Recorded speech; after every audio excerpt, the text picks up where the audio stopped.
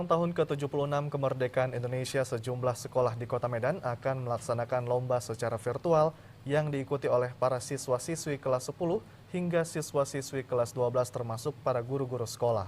Ya, di antaranya sekolah di Kota Medan yang akan mengadakan lomba secara virtual adalah siswa-siswi dari para guru-guru SMA Negeri 17 Medan yang semuanya bertemakan pandemi COVID-19.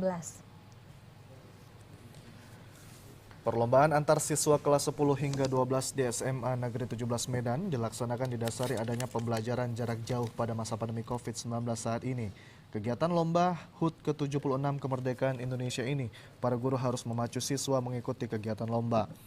Demikian halnya orang tua atau wali siswa tetap memantau anaknya ketika mengikuti kegiatan lomba supaya tidak mengganggu pembelajaran daring. Sementara penyelenggaraan berbagai macam lomba akan dilaksanakan pada 12 hingga 14 Agustus 2021. Sedangkan video perlombaan paling lambat dikirim 14 Agustus 2021 pukul 24 waktu Indonesia Barat melalui link masing-masing lomba. Perlombaan untuk guru adalah lomba menulis karya ilmiah dengan tema pengalaman pembelajaran di masa pandemi COVID-19 selama 1 tahun 4 bulan. Perlombaan untuk siswa-siswi adalah lomba cipta dan baca puisi, serta lomba melukis dengan tema perayaan HUT Republik Indonesia ke-76 pada masa pandemi COVID-19. Sementara lomba menyanyi vokal grup diikuti oleh setiap kelas. Kepala SMA Negeri 17 Medan, Sowagahon Simanungkalit menyatakan, selama mengikuti perlombaan tidak diperbolehkan tatap muka. Bagi para pemenang diberikan sertifikat dan hadiah berupa uang. Sementara penilaian berdasarkan banyaknya like dan penilaian juri. Sowagahon Simanungkalit menyatakan, dilakukannya perlombaan ini sesuai dengan surat edaran Dinas Pendidikan Sumatera Utara dalam memperingati HUT ke-76 kemerdekaan Indonesia. Puncak peringatan HUT ke-76 kemerdekaan Indonesia di SMA Negeri 17 Medan pada 17 Agustus 2021 akan dilaksanakan secara virtual. Program sekolah, kita tetap membuat kegiatan untuk lomba, tapi dalam arti Zoom. Karena SMA Negeri 17 Medan pada tahun lalu pun sudah melaksanakan demikian. Ada lomba vokal solo untuk siswa, ada lomba cipta dan baca puisi, ya, dan ada juga karya tulis. Termasuk untuk guru-guru membuat video singkat bagaimana pengalaman pembelajaran selama pandemi COVID-19 yang muaranya semua untuk membangkitkan semangat kemerdekaan.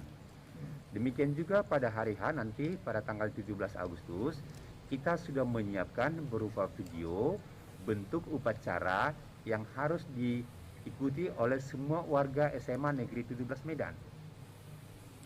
Keluarga besar SMA Negeri 17 Medan dalam memperingati HUT ke-76 kemerdekaan Indonesia juga melakukan penataan lingkungan sekolah agar tampak asri disertai pemasangan umbul-umbul merah putih dan spanduk atau baliho. Masyarakat Desa Medan Krio, Kabupaten Deli Serdang bertekad meningkatkan pembangunan untuk kesejahteraan dengan menerapkan semangat gotong royong. Dengan memanfaatkan potensi sumber daya manusia yang dikelola secara swadaya, mampu mewujudkan program pemerintah menuju Sumatera Utara sejahtera dan bermartabat. Dengan semangat gotong royong, masyarakat Dusun 8 Desa Medan Krio, Kecamatan Sunggal, Kabupaten Deli Serdang, berhasil membantu masyarakat kurang mampu dengan melakukan renovasi rumah. Rumah bedah yang dibangun secara gotong royong ini merupakan program pemerintah dikelola oleh masyarakat desa. Program bedah rumah dengan anggaran dana desa ini dipimpin oleh Kepala Desa Medan Krio, Suprayitno, untuk merenovasi rumah warga kurang mampu yang dianggap tidak layak untuk dihuni. Bedah rumah yang dibangun dari dana desa ini menargetkan dalam kurun waktu 1 bulan dapat merenovasi 1 rumah warga sejak bulan Juni 2021 lalu. Ke depan, program ini tetap berjalan. Yang pada saat ini alhamdulillah Pak Yanto yang tadinya rumahnya ya sekedar hanya ditempati, sekarang udah layak huni. Dan kami bangga dan terima kasih khususnya kepada masyarakat setempat, khususnya Pak Kadus yang telah mengerahkan masyarakat untuk mendukung, mendorong kerjasama bergotong royong menyelesaikan program bedah rumah yang kami harapkan menjadi lebih baik lagi ke depan. Tingginya semangat gotong royong masyarakat desa Medan Krio selain mendapatkan bedah rumah dari program pemerintah ini, juga menerima bantuan buku bacaan termasuk kitab suci Al-Quran, fasilitas pendukung lainnya untuk kebutuhan kelompok belajar bagi anak-anak dari para donatur.